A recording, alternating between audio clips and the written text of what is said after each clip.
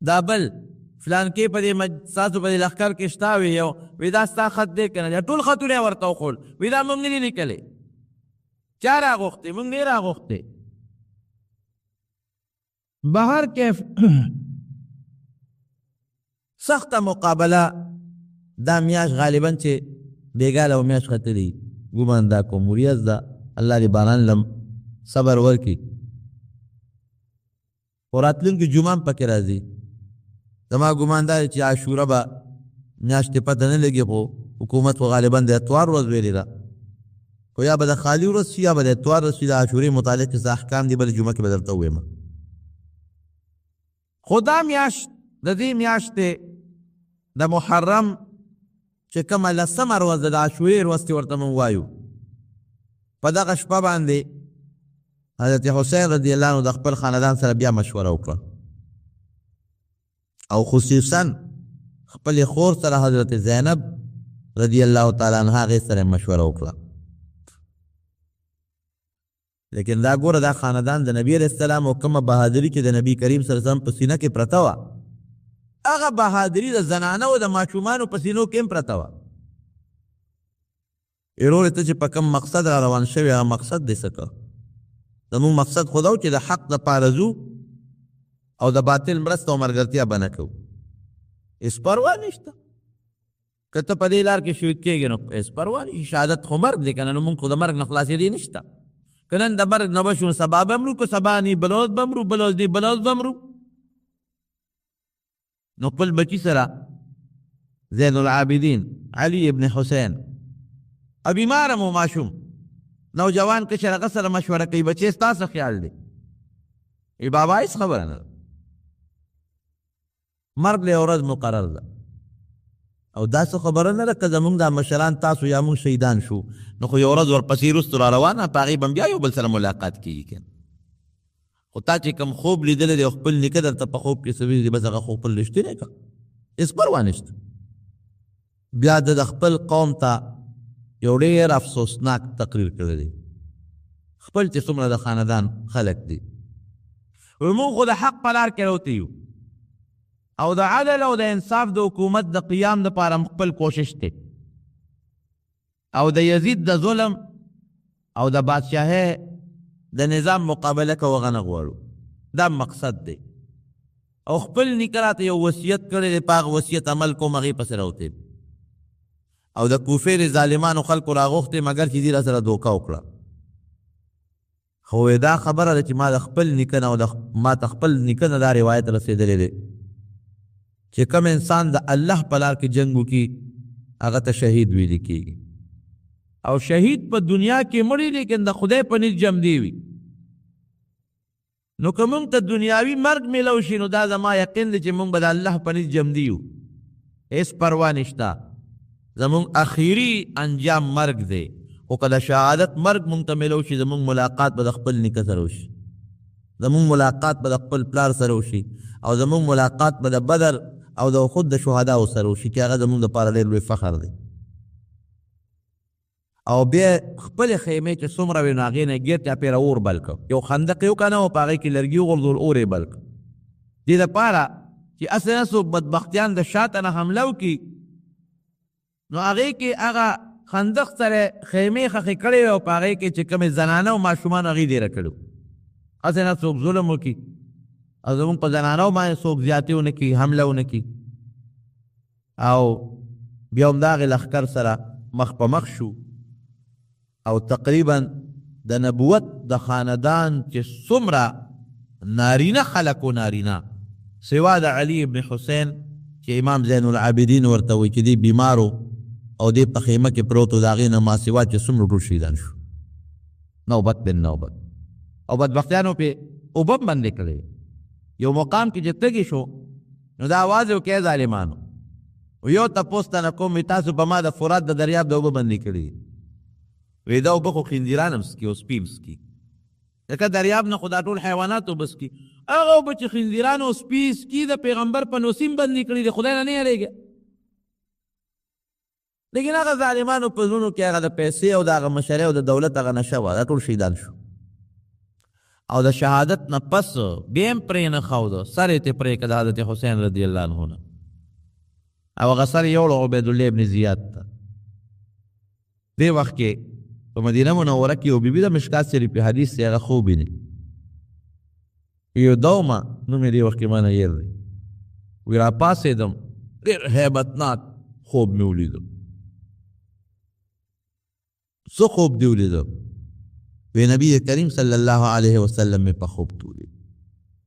وی دوڑے پہ خورے پہ الوتے دی او سر مبارک ببر دی او لاس کے ور شیشہ دا او پاک شیشہ کی وینا دا وی ماں تپوزو کہ جدا اللہ رسول اول پریشان ہے سچل شوے دی وی اختر مبارک دی ببر دی وجود باندې د خورې لوتې دی او دا پلاس کې د شیشه دی ولادي کې څه دی وی شهید تو قتل حسین آنفا وی د حضرت حسین شهادت ته حاضر شوی وم دا لږه غوندې وینه مې د هغه وینه راغشتې ده د بدبختانو زمان وسې معاف نه کړ یا هغه بیبي راپاسې د هغه خوب بیان کړه دا عین هم هغه ټیم چې کوم وخت حضرت حسین رضی الله عنه شهید شوی دی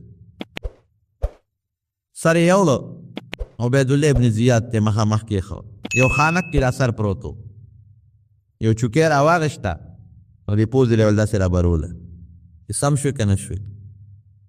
او بیا وی یاره خلک وایي چې د حسین رضی الله عنه حسن ډېر مشهور و خلک پرې ډېر خشته دی وی خلک وایي چې دا خشته دی داسې د هغه په هغه حسن کې دوه درې خبرې وکړې یو صحابي دی مقام کې ولاړ و هغه لاس ولکلک ونیو عبیدالله ابن زیاد ظلم مه کوه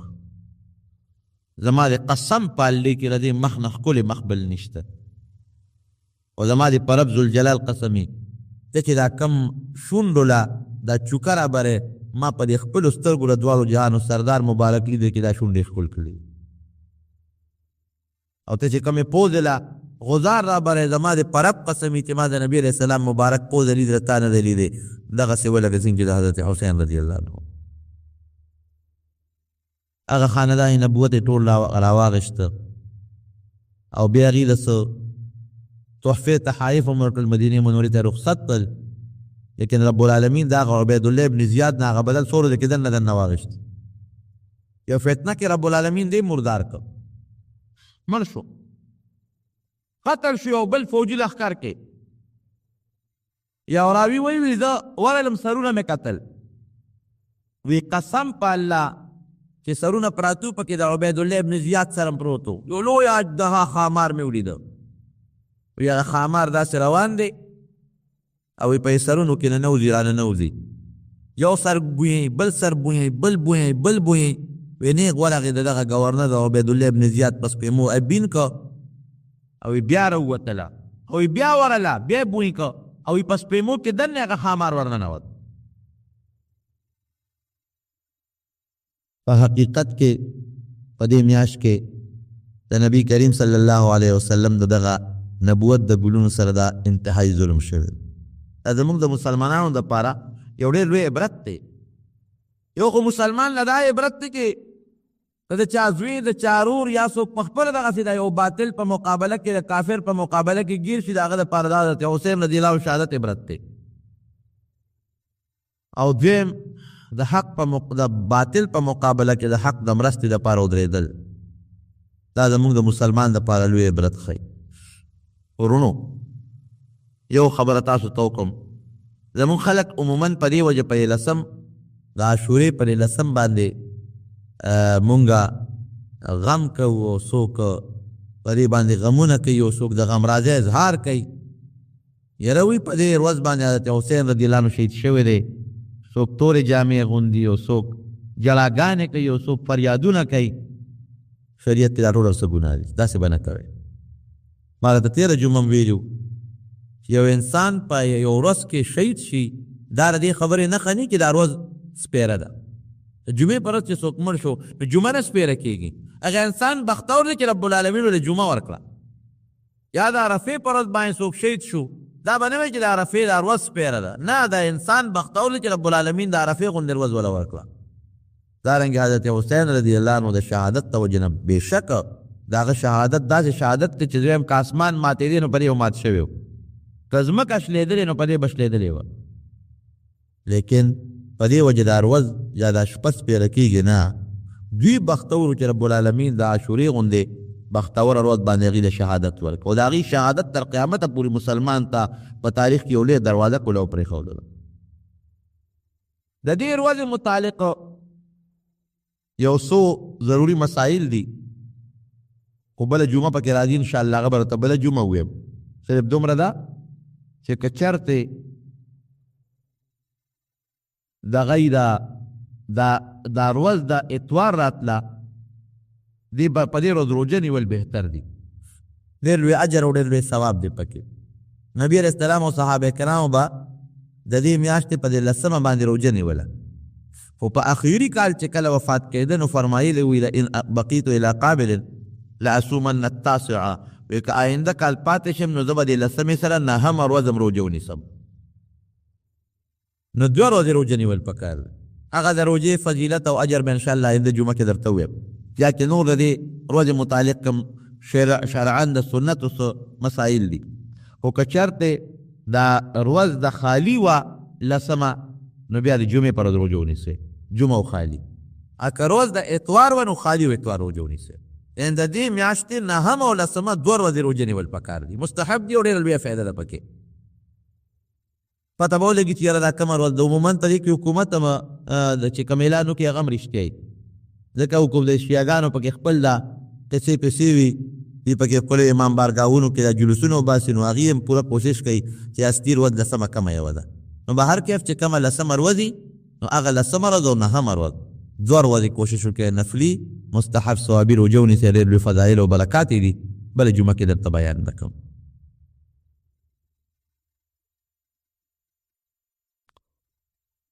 په جمعات کې د سوره یاسین ختم او په جمعات کې ځانونه کول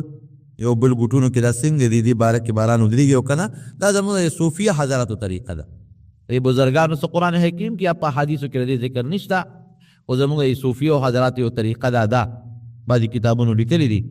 چې باران نه ودرېږي 3 کسان د 4 ګوټونو کې ودرېږي قبلې ته د مخکې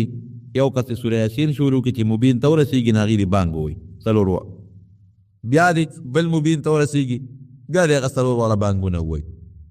نو چې دا څومره مبینه دي په دې باندې دا 4 کسان بانګونه ووایي نو پروردګار به باران ودرئ. او ما درته ووایي نه قرآن کې د دې ذکر شته او نه په حدیثو کې ذکر شته دی. دا زموږ د دې بزرګانو صوفیو یو طریقه ده او زما په خیال چې داسې څه لازم او فرض یې ګڼل نه دي پکار او که یو سړی یې کوي چې یاره که رب العالمین اسې بانک کې ډېر لوی خیر دی او سوره یاسین هم د برکت صورت دی نو بهر کې ممکن دی چې الله تعالی پې باران ودرئ. جمع دعا وکړئ د دغې شهداو دپاره چې دا کم تکلیف او کم ظلم په دغه خاندان نبوت باندې شوی دی. پروردګار یقینا که موږ دعا کوو که نه کوو د هغې ارواح واقعي د شهداو روحونو سره ملګري دي خو الله تعالی د هغوی ارواح نبي کریم صلی الله علیه وسلم او د نورو شهداو سره ملګري کړي. او پروردګار دا چې چا ورسره ظلم او زیاتې کړی دی رب ذوالجلال د هغې د سخته سنګینه سزا او سنګینه عذاب دې ورته پروردګار ورکړي او د دې دا شهادت رب العالمین تر قیامته پورې د مسلمان دپاره د خیر او د سعادت ذریعه وګرځولی کړي. نور چې څومره شهیدان په مخ د ځمکه د کافرانو په ضد کې را روان دي الله دې د ټولو شهادت د شهیدانو د شهادت د وینو د برکت نه زموږ د مسلمانانو مجاهدین کامیاب کړي. څومره مجاهدین چې په مخ د ځمکه دي الله ته کامیاب کړي او څومره کافران یهودیان امریکایان د هغې ملګري پروردګاره ته ورته لاول ورته د هدایت دعا کو الله د اسلام هدایت نصیب کړي او په دغې په قسمت کې په خپل قهر او غضب تباه او برباد کړي. گو کې د باران دپاره خصوصا ځکه باران واقعي باران خو د الله رحم وي او رحمت وي او چې کله زیات شي بیا د الله قهر او غضب وي. نو رب العالمین په چا ظلم او زیاتې نه کوي خو دا زموږ د ګناهونو او زموږ د اعمالو نتیجه ده. مونږ خلک زکات نه ورکوو د خپلو مالونو مونږ خلک د ظلم نه منې کېږو. هر انسان بچې په پلار باندې او پلار په بچو باندې ګاونډي په ګاونډي باندې او یو بل سره ظلمونه او زیاتې شروع دي. زکاتونه څوک نه ورکوي بدعملۍ فحاشۍ شروع دي. نو دا د هغې زموږ د ټولو اعمالو نتیجه ده چې دا څومره باران شروع دی او الله تعالی دې دا باران په خیر او په برکت باندې ودرئ.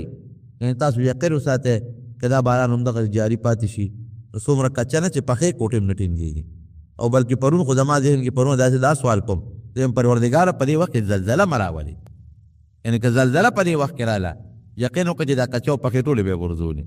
نو دا د الله قهر دی د الله غضب دی په مسلمان باندې. تاسو ویلیدل په انډونیشیا کې په لکونو مسلمانان شهیدان شو. ما نه یا تپوس وکړو وایي دا کافر الله نه وجني دا مسلمانان وجني دا ولې؟ ما وی چې کم صلیب زوی او پردی دواړه په جګړه شو نو خيار صلیب خپل زوی وی پردی نه وی